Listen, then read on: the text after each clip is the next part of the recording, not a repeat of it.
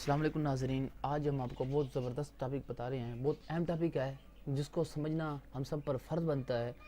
سوال پیدا ہوتا ہے کہ جن اور فرشتے بھی نبی ہوتے ہیں؟ جواب اس کا سنیے، نہیں، نبی صرف انسانوں میں سے ہوتے ہیں اور ان میں سے فقط مرد، کوئی عورت نبی نہیں ہو سکتی۔ کیا غیر نبی کے پاس بھی وہی آتی ہے؟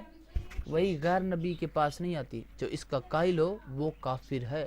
کیا انبیاء کے سوا اور بھی کوئی معصوم ہوتا ہے؟ ہاں، فرشتے بھی معصوم ہوتے ہیں اور کوئی معصوم نہیں ہوتا۔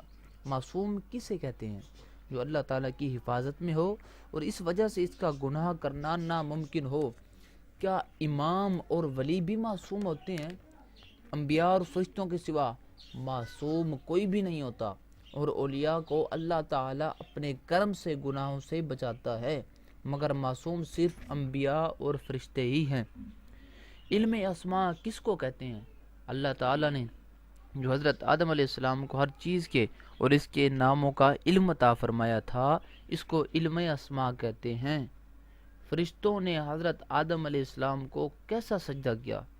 یہ سجدہ تعظیمی تھا جو خدا کے حکم سے ملائکہ نے کیا، اور سجدہ تعظیمی پہلی شریعتوں میں جائز تھا، ہماری شریعت میں جائز نہیں، اور سجدہ عبادت پہلی شریعتوں میں بھی خدا کے سوا کسی اور کے لیے جائز نہیں ہوا۔